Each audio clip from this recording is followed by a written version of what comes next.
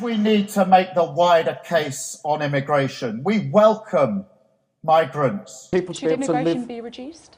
Well, I don't believe in numbers and I don't believe in salary gaps. We've always welcomed people to work in this country. We could get a more positive route which didn't take us into the place of numbers or quotas or you're only worth having it, you can earn a certain amount of money. What about foreign nationals living in the UK? Should they get a vote? I would like us to look at that. The Labour Party's been a bit scared of making the positive case for immigration for quite a number of years. I think we need to turn that round. The whole of the United Kingdom is better because of immigration. So yes, I believe in this. I believe we need to reduce immigration. Starmer's secret tribunal crisis, the Lords fight back. Before we dive into what might be the most consequential constitutional battle brewing in Westminster right now, do me a favor and smash that subscribe button because what I'm about to tell you will make your blood boil. And trust me, you'll want to be here when this story explodes. Welcome back to British News Blog, where we don't shy away from the stories the establishment would rather you didn't hear. Right? Let's get straight into it because this one is absolutely extraordinary. Sir Keir Starmer, the man who promised transparency, accountability, and a fresh start for Britain, is now facing a full-blown revolt in the House of Lords. And what's it about? Secret decisions, secret tribunals, secret rulings that determine whether foreign criminals and failed asylum seekers get to stay in our country or not. Yes, you heard that correctly.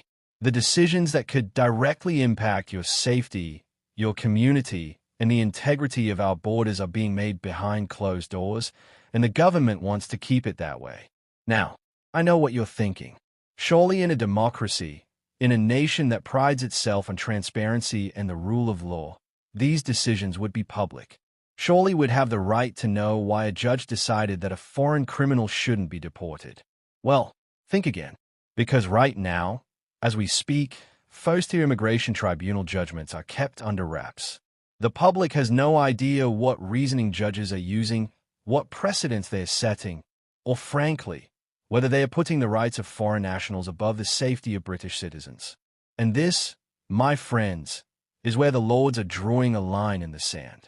A group of peers, led by former Home Office Minister Lord Murray, have had enough. They've tabled amendments to force these tribunals to publish their rulings within 3 days of delivery. 3 days, not 3 months. Not when it's convenient. 3 days. And they want these judgments posted on a government website for all to see. Radical transparency. Public accountability. The sort of thing you'd expect from a government that claims to be on the side of working people. But here's the kicker. Labour is opposing it. The very party that spent years in opposition demanding accountability is now fighting to keep these decisions secret. You couldn't make it up. If you're finding this as infuriating as I am, hit that like button and drop a comment below telling me what you think about judges making secret decisions on deportations. But let me tell you why this matters so much. Because this isn't just about administrative transparency. This is about a pattern that's been emerging for years now. A pattern where the rights of migrants, including criminals, are seemingly prioritized over public safety and common sense. Remember the Albanian criminal case that emerged in February? Let me refresh your memory because this is the sort of thing that makes your jaw hit the floor. A tribunal ruled that an Albanian criminal, someone who had committed crimes on British soil, could stay in the UK. And one of the reasons cited, his son didn't like foreign chicken nuggets. I wish I was joking. His son didn't like foreign chicken nuggets.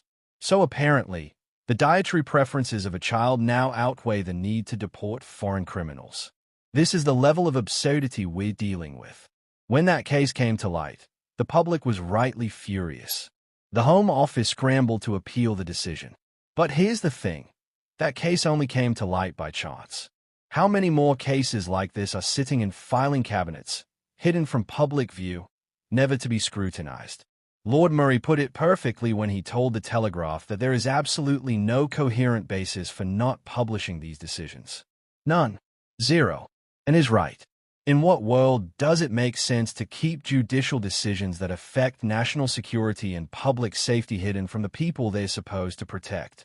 He argues that publication would allow journalists, researchers, and concerned citizens to analyze how judges are making these decisions. It would shine a light on the methods, the reasoning, the precedents being set. And most importantly, it would hold judges to account. Because let's be honest, when decisions are made in the shadows, accountability goes out the window. Now, the government's defense of this secrecy is, shall we say, rather weak. Lord Katz, speaking for the government, said that they don't believe it's necessary to legislate in this area. Why? Because apparently, members of the public can still apply to the first-tier tribunal to receive a copy of a decision if they want one. Oh, how generous. So if you happen to know that a specific case exists, and you happen to know how to navigate the bureaucratic maze of tribunal applications, and you happen to have the time and resources to do so, then yes, you might be able to get a copy of a decision. But for the average person who wants to understand how our immigration system is functioning, tough luck. This is the sort of response you'd expect from a government that's more interested in protecting the system than serving the people. Make sure you're subscribed because this story is developing fast and you won't want to miss what happens when this comes to a vote at the end of October. But let's talk about the elephant in the room, the European Convention on Human Rights. Because you cannot discuss deportation appeals in this country without mentioning the ECHR. Migrants appealing against deportation regularly cite Article 8, the right to family life, to stay in Britain. And time again, we see judges ruling in favor of foreign criminals because deporting them would interfere with their family life. Never mind the families of their victims. Never mind the British taxpayers footing the bill. Never mind the communities living in fear. No, what matters is that the criminal gets to stay with his family. The ECHR has become a get-out-of-deportation-free card, and both the government and the opposition know it. Labour says it wants to reform the ECHR. The Conservatives, under new leader Kemi Badenoch, want to pull Britain out of it entirely. Badenoch kicked off the Tory conference in Manchester this month with a bold pledge to leave the ECHR as part of a plan to deport 150,000 people a year from the UK. That's not a typo. 150,000. Whether you think that's achievable or not, it signals just how fed up people are with a system that seems designed to prevent deportations rather than facilitate them. Reform UK has also called for withdrawal from the ECHR. Even Tory grandee Baron Heseltine, who served as Deputy Prime Minister to Sir John Major, acknowledged that if there's discontent about the ECHR's powers, attempts should be made to reform it. That's coming from a man who's been in politics long enough to remember when the convention was supposed to protect fundamental rights, not prevent the deportation of foreign criminals who've abused our hospitality. Here's what's really at stake. This isn't just about transparency in tribunal decisions. This is about sovereignty. This is about whether Britain can control its own borders and deport people who have no right to be here. This is about whether we're a nation governed by common sense or by an international legal framework that prioritizes process over outcomes. And increasingly, it feels like the latter. The public is tired. Tired of hearing about cases where criminals cite their right to family life while their victims are ignored. Tired of reading about failed asylum seekers who game the system with endless appeals. Tired of a government that talks tough on immigration but refuses to take the steps necessary to actually enforce the rules. And now, to add insult to injury, we're being told that we don't even have a right to know what decisions are being made in our name. If you're still with me, and I hope you are, drop a comment and let me know whether you think Britain should leave the ECHR or try to reform it from within. And don't forget to subscribe because we're not letting this story go. Lord Murray's amendment is coming to a vote at the end of October. If it passes, we could finally get the transparency we deserve.